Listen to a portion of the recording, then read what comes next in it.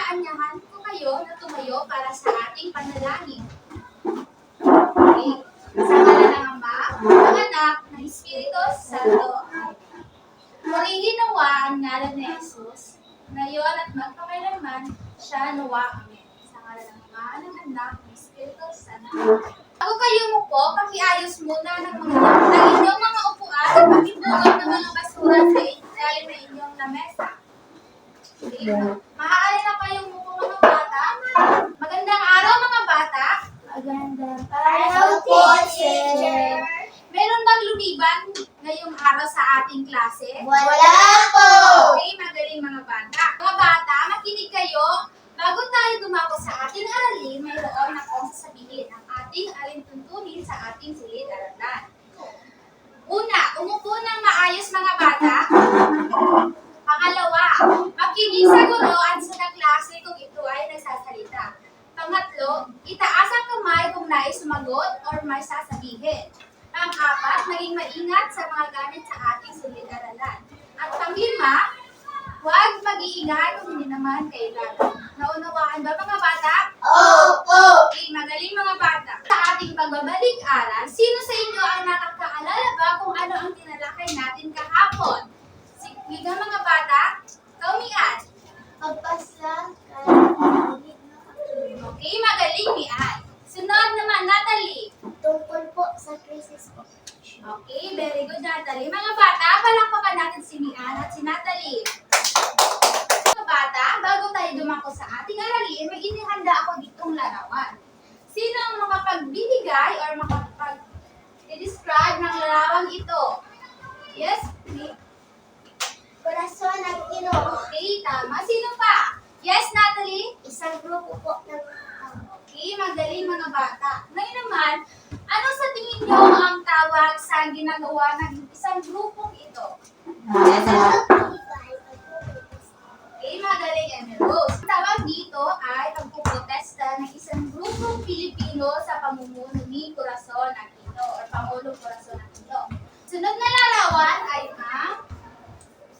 ang ngayon, sino makapagbibigay sa akin kung sino o ano ang mga pangalan ng nasa larawan ito?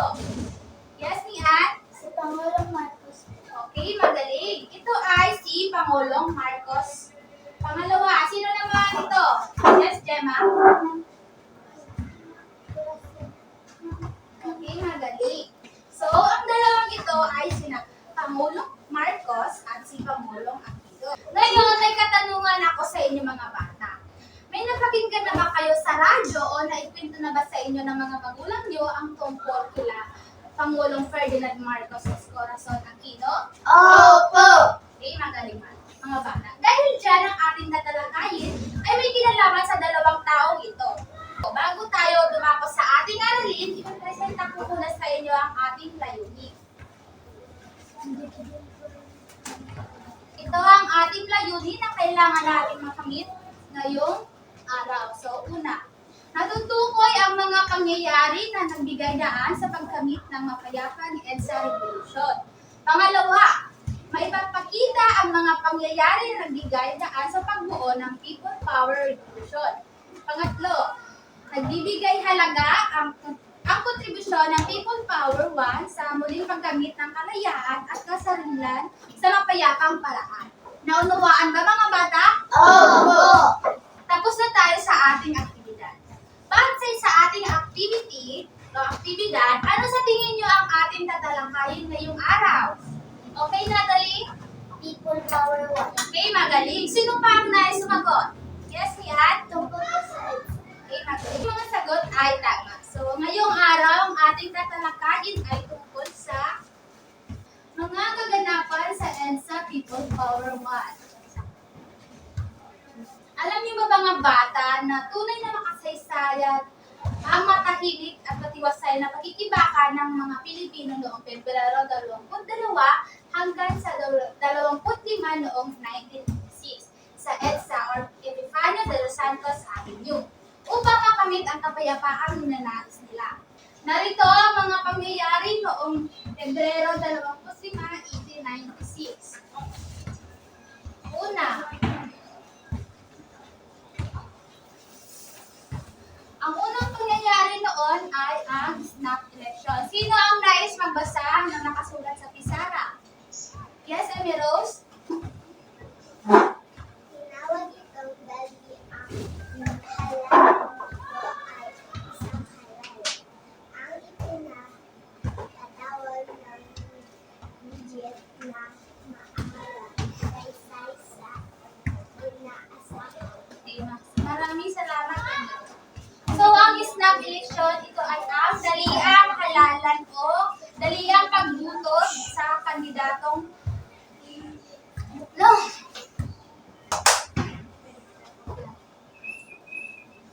Okay. Ang snap election ito ay tinatawag na daliang halalan or daliang pagbuto sa mga kandidato. Ang snap election ay nangyari sa pagitan ni Ferdinand Marcos at Pangulong Corazon Aquino.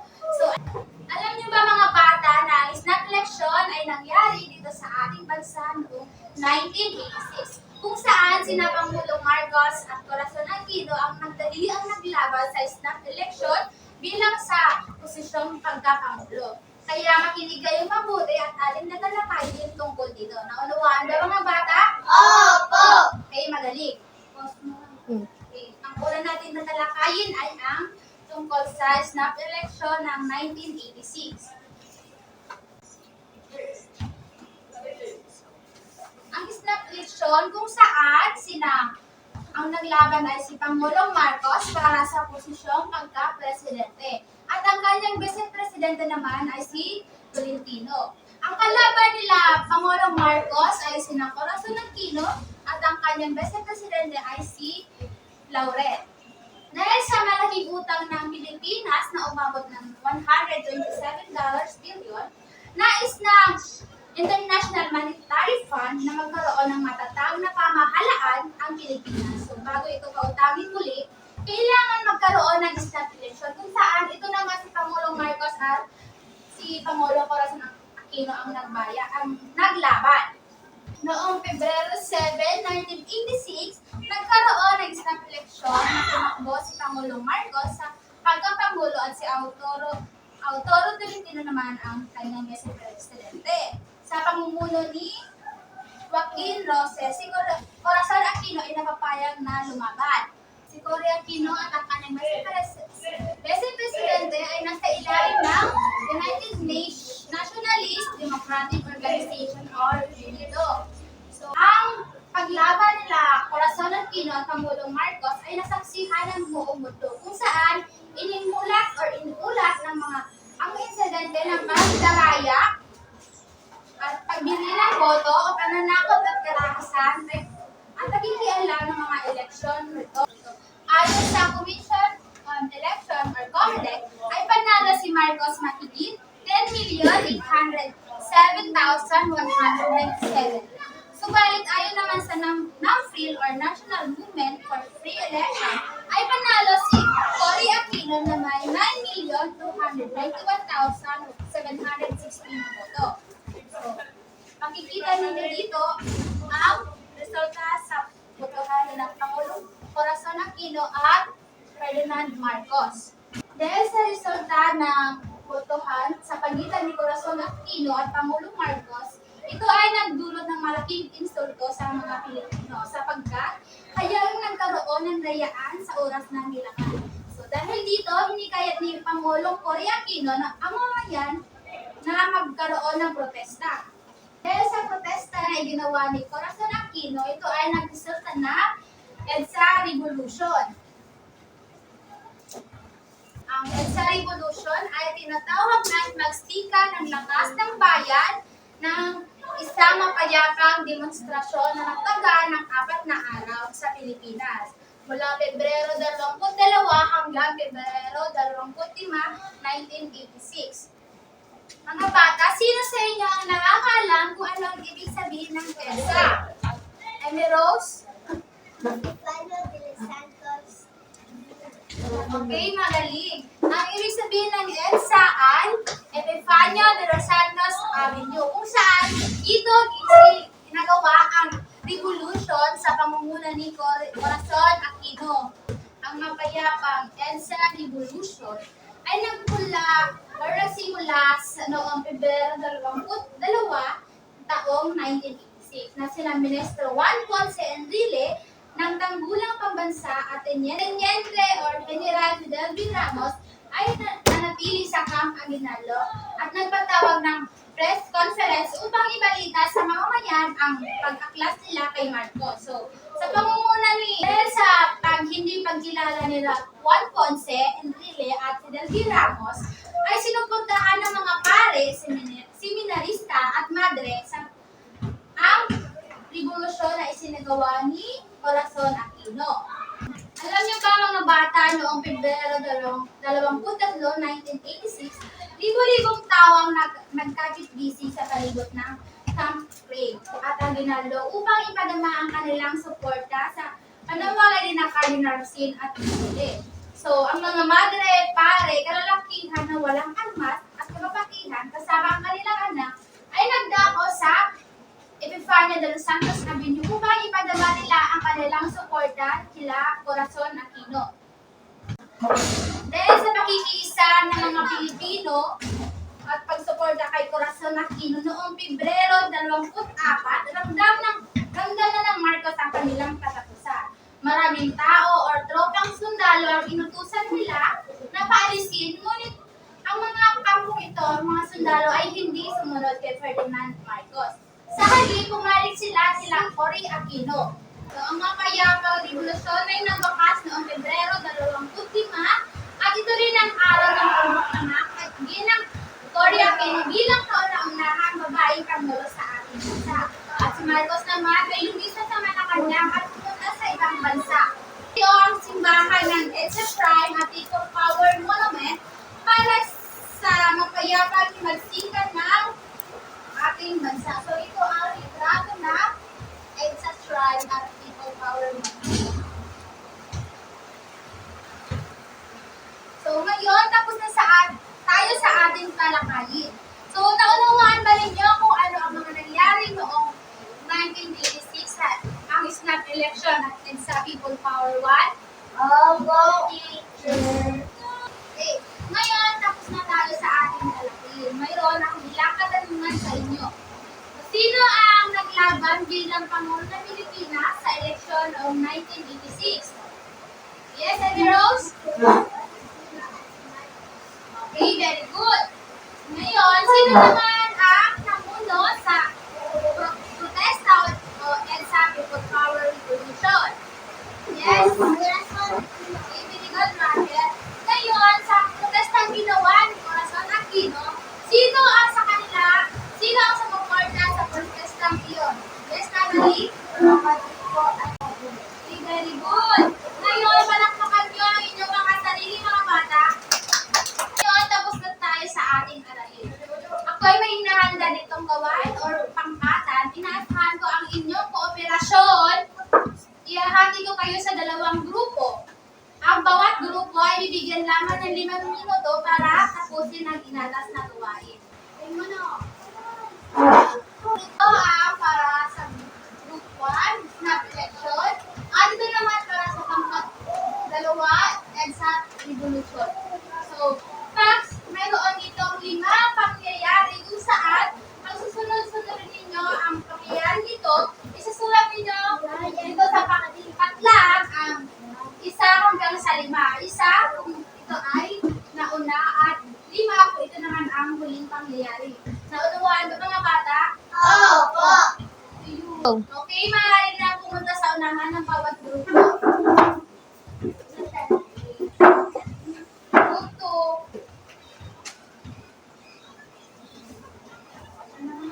Okay, maraming salamat mga bata. So, ang nanalo ay ang group 1, ang group snap election kung saan sila ang nakakuha ng pagkasunod-sunod na pangyayari. So, palakpakan natin ang pangkat 1. Ginawa ko na tayo sa ating pagtataya. Makinig mga bata. Babasahin ko ang tagutok. Sagutan ang mga sumusunod na tanong at isulat ang A, B, C at piliin ang tamang sagot. Naunawaan ba mga bata? Opo. Okay, number 1. Ano ang naganap noong Pebrero 7, 1986? A. Senatorial election. B.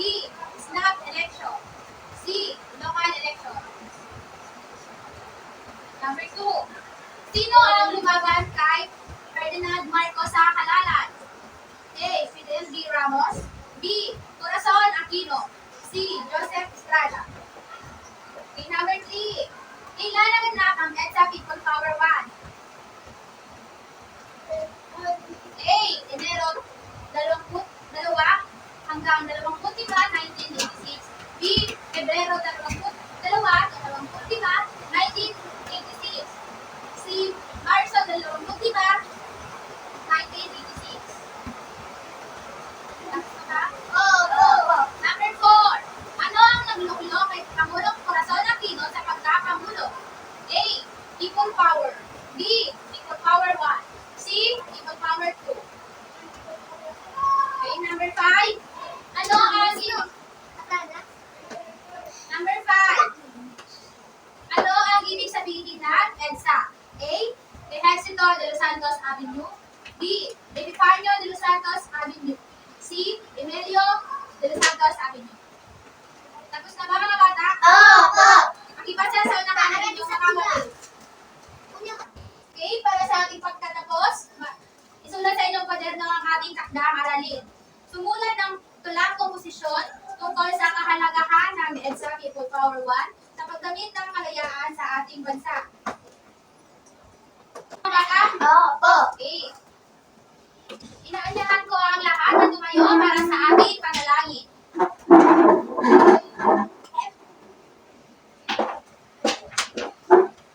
Dahil pangunahan mo ang ating panalangin. Espiritu Santo. Amen. For all the blessings we receive today, let peace and unity around everyone. Maraming salamat mga bata. Maaari na kayo umuwi. See you!